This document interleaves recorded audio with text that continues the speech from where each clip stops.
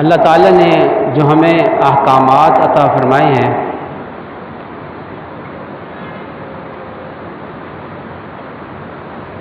ان میں ایک حکم وہ بیت اللہ کا حج ہے۔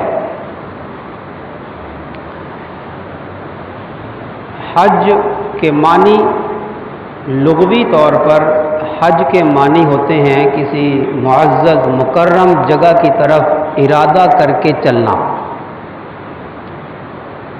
اس لیے جو لوگ حرم شریف کی حاضری کے لیے بیت اللہ کی حاضری کے لیے روانہ ہوتے ہیں تو وہاں کے جو شرطیں ہیں ہر آنے والے کو حاجی کہتے ہیں۔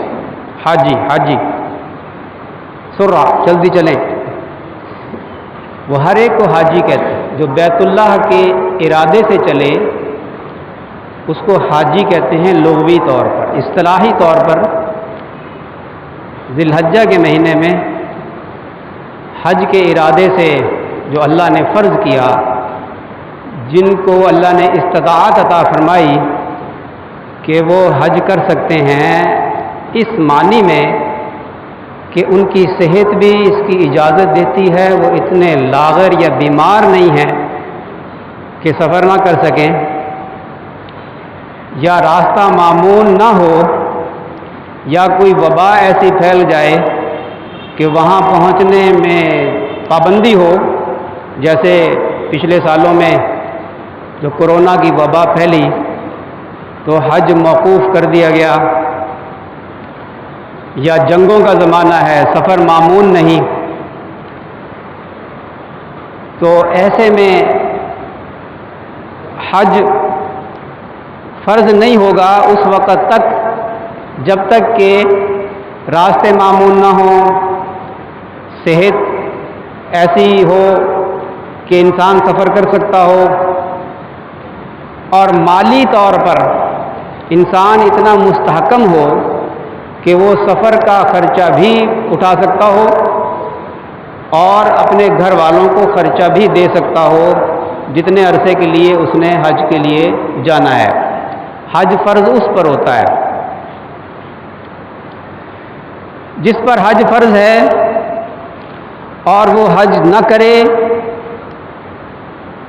اس کے بارے میں حدیث شریف میں بڑی سخت وعید ہے۔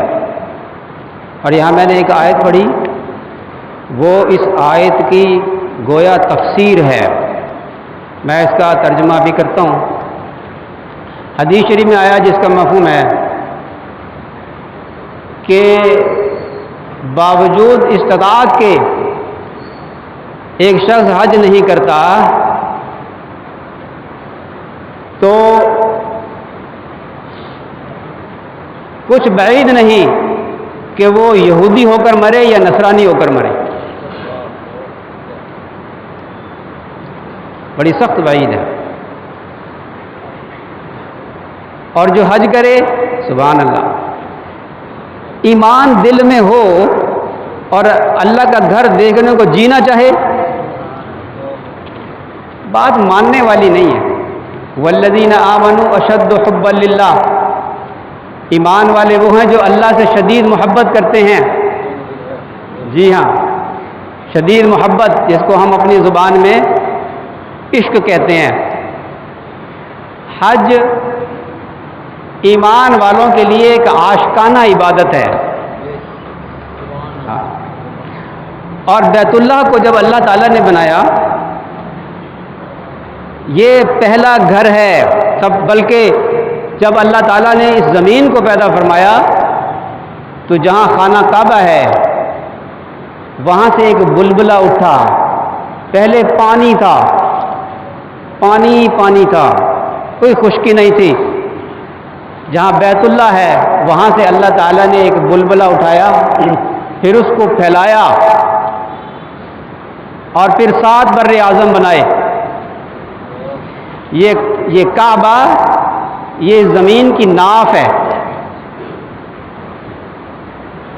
اللہ تعالیٰ شانوں نے سب سے پہلے اس خانہ کعبہ کی جگہ کو پیدا فرمایا، اس خشکی کو پیدا فرمایا، اور پھر عبادت کے لیے جو سب سے پہلے گھر تعمیر کیا گیا وہ بیت اللہ ہے. یہ میں نے جو آیت پڑھی، ان اول بیت وضع للناس للذی ببکۃ مبارکا وہدی للعالمین.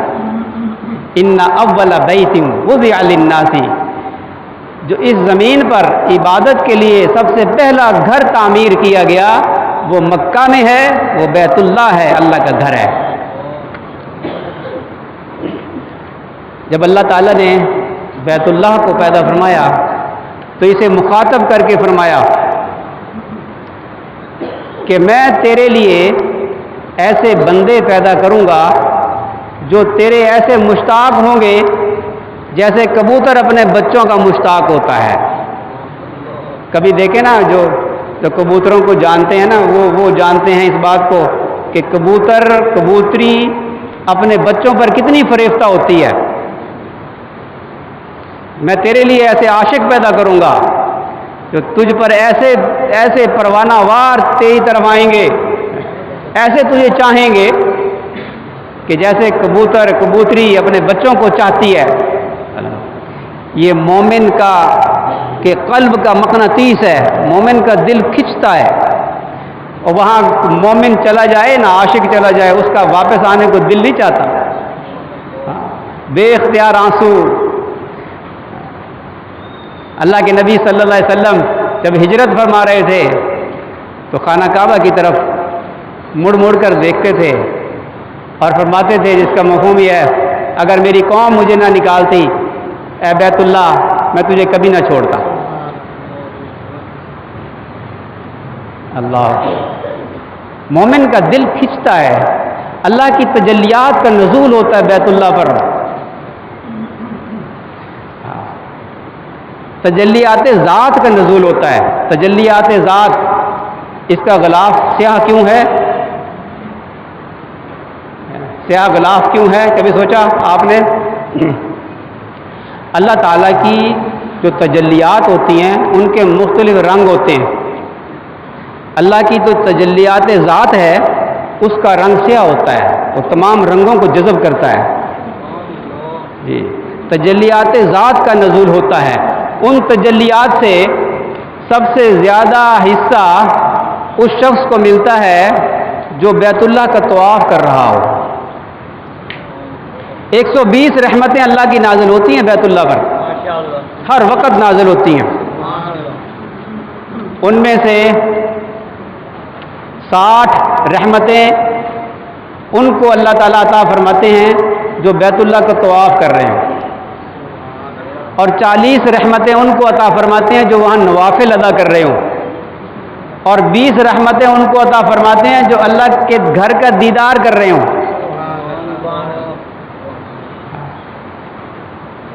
یہ وہ عبادت ہے جو کہیں اور کسی کو نصیب نہیں ہو سکتی.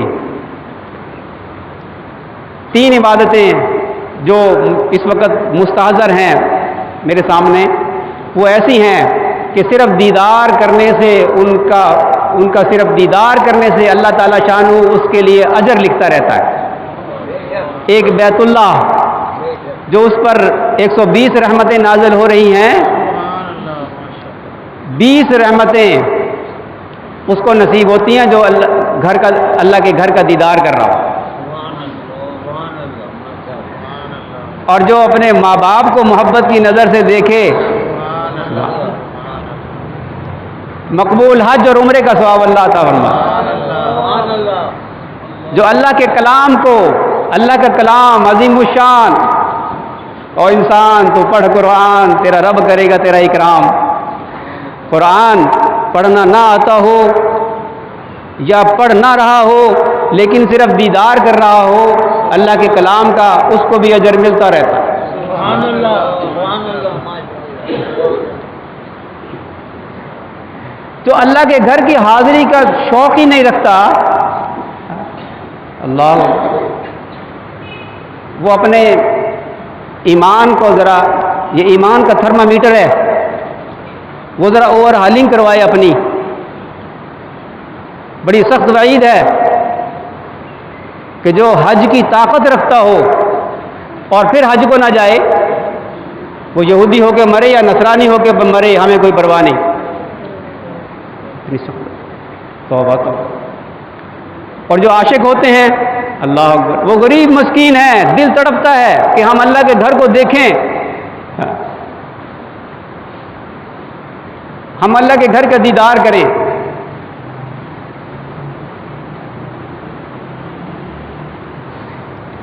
اجازت ہو تو میں بھی آ کر حاضر ہو جاؤں، سنا ہے کل تیرے در پر ہجوم عاشقاں ہوگا. وہ تو صبح روز اشعار پڑھ رہے ہوتے ہیں، وہ اللہ کے گھر کے لیے ان کا دل تڑپ رہا ہوتا ہے. میری پھوپھی مرحومہ، اللہ تعالیٰ ان کی مغفرت فرمائے، حج فرض نہیں تھا، پیسے جمع کرتی رہتی تھی، تھوڑے تھوڑے کر کے پیسے جمع کرتی رہی.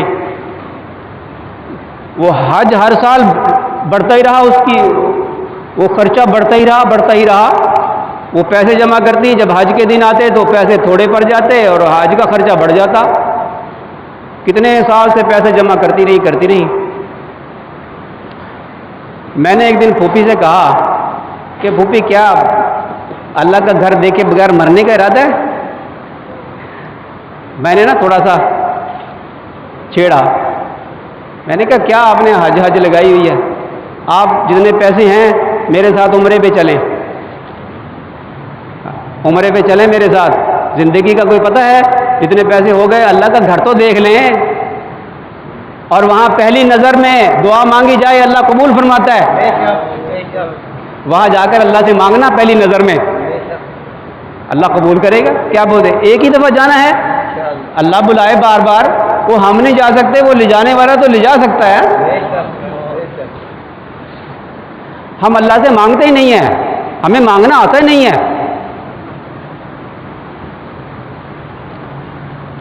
حج فرض نہیں تھا. میں خیر یہ بات مکمل کر لوں پھر بات بھول جائے گی. پھوپھی ہماری کہنے لگی ہاں بیٹا تو بات تو صحیح کرتا ہے، چل ٹھیک تیرے ساتھ عمرے پہ جاتی ہوں. میرے ساتھ عمرے پہ گئی. وہاں جا کر ایئرپورٹ پہ بیگ تبدیل ہو گیا، ایک جیسا بیگ تھا. مجھے کہنے لگی یہ میرا بیگ ہے بیٹا، یہ اٹھا لے. وہ جلدی میں یہاں سے نام لکھنا بھول گئے تھے. کھل گیا تالا، زپ کھولی تو بیگ کسی اور کا. بڑے پریشان. خیر مختصر یہ کہ وہ بیگ ہم بھی لیے پھرے. جب واپس ایئرپورٹ پر آئے تو ہمارا بیگ مل گیا اور اس کا وہ بیگ ہم نے وہاں جمع کروا دیا. پورا عمرہ بغیر سامان کے اللہ تعالیٰ نے سبب بھی پیدا فرما دی. حج فرض نہیں تھا اس ناچیز پہ تو تڑپ تھی دل میں.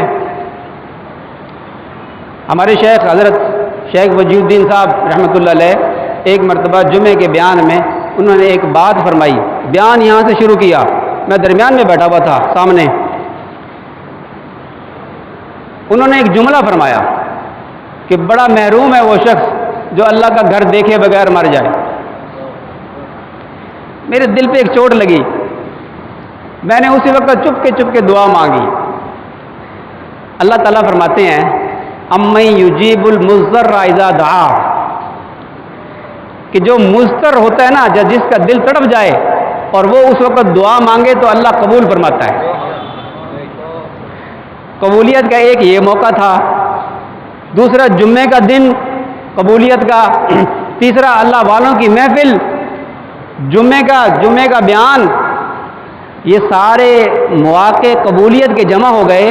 اس سے فائدہ اٹھایا، اللہ سے دعا مانگی کہ اللہ کیا تیرا گھر دیکھے بغیر مروں گا تو قبول فرما. اللہ نے اسی سال قبول فرمایا. اللہ قبول کرتے ہیں. مانگے تو صحیح نا، اگر آپ تڑپ کے مانگے پھر قبول نہ کرے اللہ خود فرماتے ہیں نا مانگو مجھ سے میں قبول کرتا ہوں. وہاں جا کر پھر دعا مانگی. پہلی نظر میں دعا مانگی، اے اللہ اگلے سال پھر توفیق عطا فرما. اللہ نے قبول فرمائی. واپس آیا، ایک صاحب آئے، کہنے لگے یہ میری اہلیاں ہیں نا، ان کے ماں باپ فوت ہو گئے ہیں، یہ چاہتی ہیں کہ ان کے ماں باپ کی طرف سے آپ حج بدل کرنے کے لیے جائیں.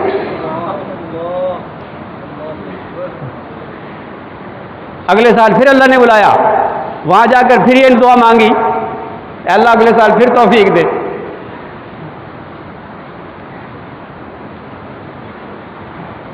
اللہ نے پھر توفیق عطا فرمائی. مانگے تو صحیح نا اللہ سے.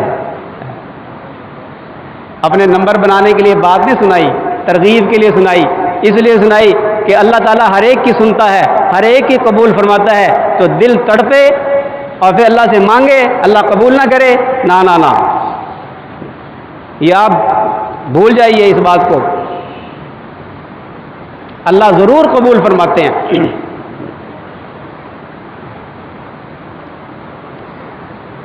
جو تڑپنے والے ہیں نا, ذرا ادھر متوجہ رہے, یہ آپ کے پاس آ رہے ہیں کپڑا لے کے, آپ اس میں بس چپ کر کے ڈالتے جائیں مسجد کے لیے, اور بات ذرا کان ادھر لگائیں. وہ ایک تھا بڑا عاشق جی گجرانوالہ کا, پیسے جمع نہیں ہو رہے تھے, دل تڑپتا تھا حج کرنے کو, بیت اللہ کو دیکھنے کو. پیسے جمع کیے تو کراچی تک جا سکا, اور جا کر وہاں وہ اپنا پورٹ پہ نا, وہ سمندری جہاز چلا کرتے تھے اس وقت, بندرگاہ پر, وہاں چلا گیا.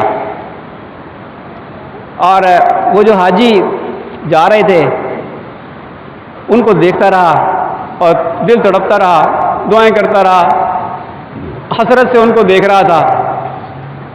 ایک کلی کو اس نے کہا کہ دیکھ تو ایسا کر, یہ اپنے نا کپڑے مجھے پہنا دے, اور تو جو ہے یہاں بیٹھ کے آرام کر لے, میں تیری جگہ نا سامان دھوتا ہوں, تو مزدوری تو ہی لے لینا, لیکن میں ذرا یہ حاجیوں کی نا میں ذرا خدمت کرنا چاہتا ہوں, تو سامان میں ڈھوتا ہوں. اس نے کہا تو بہت اچھا جی, پتہ نہیں کہاں سے آ گیا میری مدد کرنے کے لیے. وہ ایک طرف بیٹھا, کلی کا لباس اس نے پہنا, سامان جہاز کے اندر لوڈ کرتا رہا حاجیوں کا. اور جب چلنے کا وقت آیا نا جہاز کا, یہ وہاں دبک کے بیٹھ گیا. جہاز روانہ ہو گیا اور یہ وہاں اندر ادھر ادھر بس چھپتا رہا. جب جدہ قریب آیا تو اس نے کہا وہاں حاجیوں سے کہ جب جدہ قریب آ جائے نا ذرا مجھے بتا دینا. جب جدہ روشنیاں نظر آنے شروع ہوئی, رات کا وقت تھا, لوگوں نے کہا کہ جدہ قریب آ گیا. یہ اس نے وہیں سے چھلانگ لگائی سمندر میں. تیرنا آتا تھا تو تیرتے کنارے پہ پہنچ گیا. اب وہ دیکھیں ایک بندہ تھا ہمارے ساتھ, پتہ نہیں کہاں غائب ہو گیا. اور یہ سمندر کے کنارے جا کر چلا گیا. تھوڑے سے فاصلے پہ کیا دیکھتا ہے کہ جنگلہ لگا ہوا ہے, اور اس طرف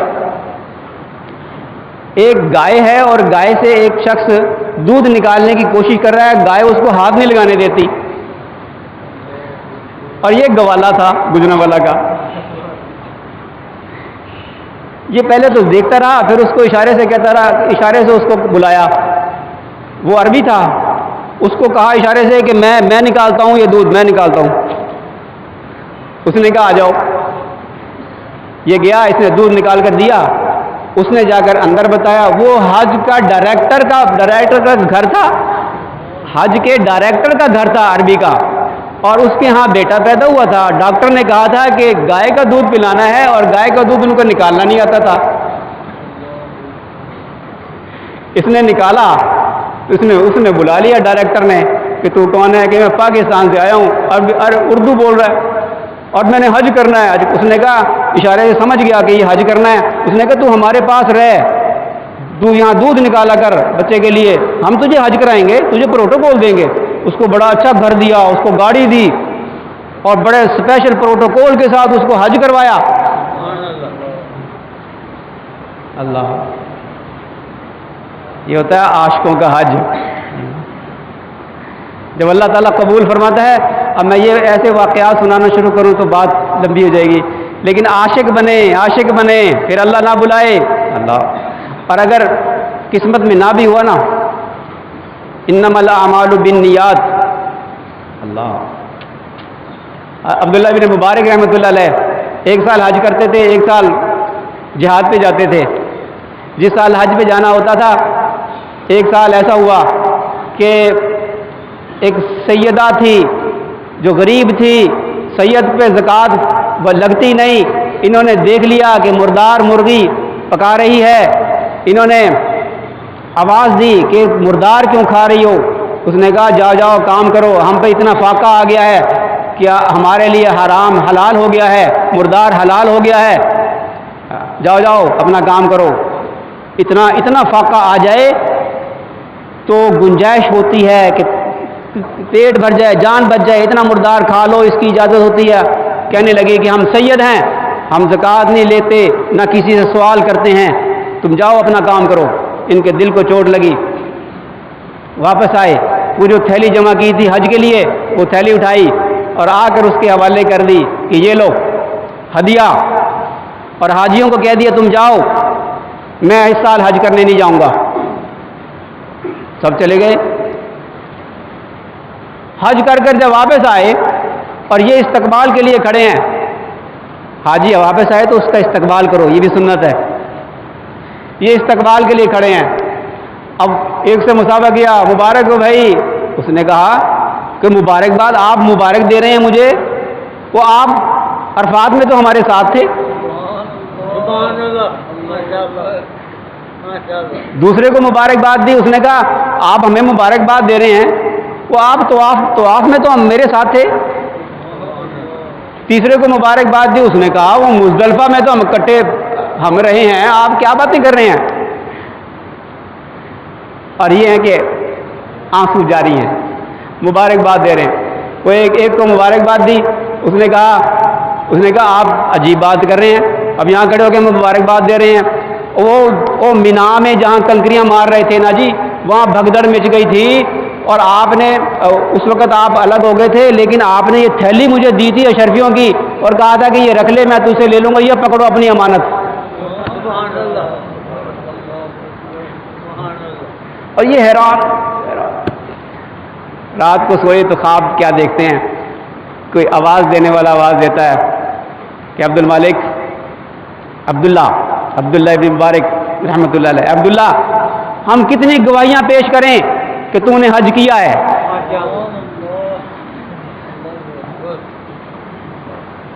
اور جہاں مجھے یاد پڑتی بات کہ نبی کریم صلی اللہ علیہ وسلم کی زیارت ہوئی، آپ نے فرمایا کہ تو نے میرے خاندان کے میری اولاد میں سے خاندان کی تو نے مدد کی اور حج اپنا چھوڑ دیا، تو اللہ تعالی شانو نے ایک فرشتہ مقرر کیا کہ جس نے تمہاری شکل بنا کر حج کیا۔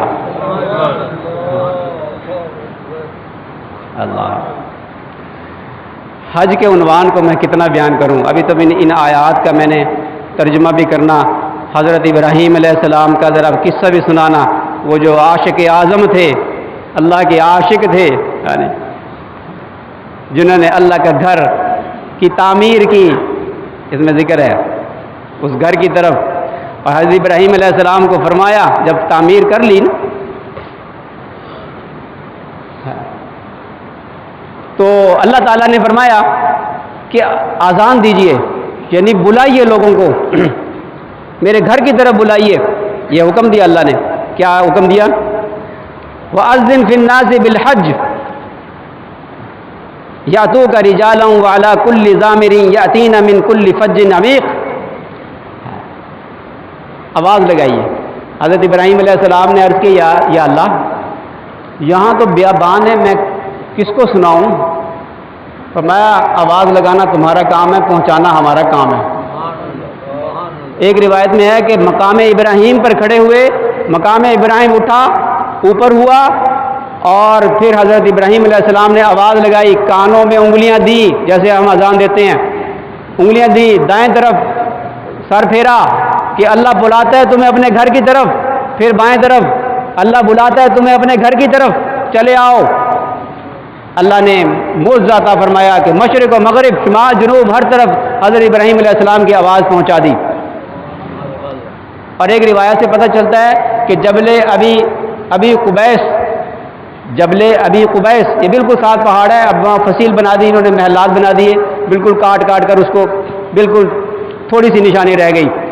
بیت اللہ میں جو پتھر لگا ہے وہ بھی جبل ابی قبیس سے لیا گیا ہے، اس پر چڑھ کر حضرت ابراہیم علیہ السلام نے آواز لگائی، اللہ تعالیٰ شانو نے تمام چار دانگ عالم میں حضرت ابراہیم علیہ السلام کی آواز پہنچائی، یہاں تک کہ عالم ارواح میں آواز پہنچائی، اور جن روحوں نے وہ آواز سنی اور سن کر لبیک اللہم لبیک کہا، جتنی بار انہوں نے لبیک کہا اللہ نے اتنی بار ان کو اپنے گھر میں حاضری کی اجازت عطا فرمائی۔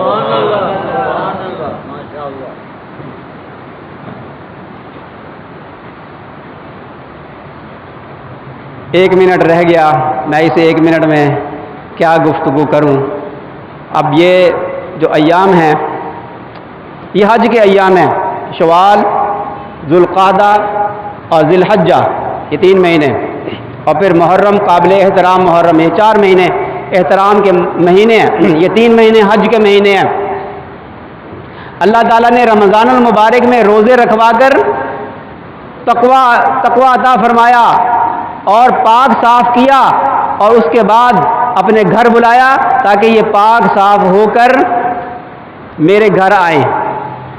کچھ محبت کی چاشنی روزوں میں عطا فرمائی تھی، اور وہ محبت ترقی کر کے حج میں عشق کا درجہ اختیار کر لیتی ہے۔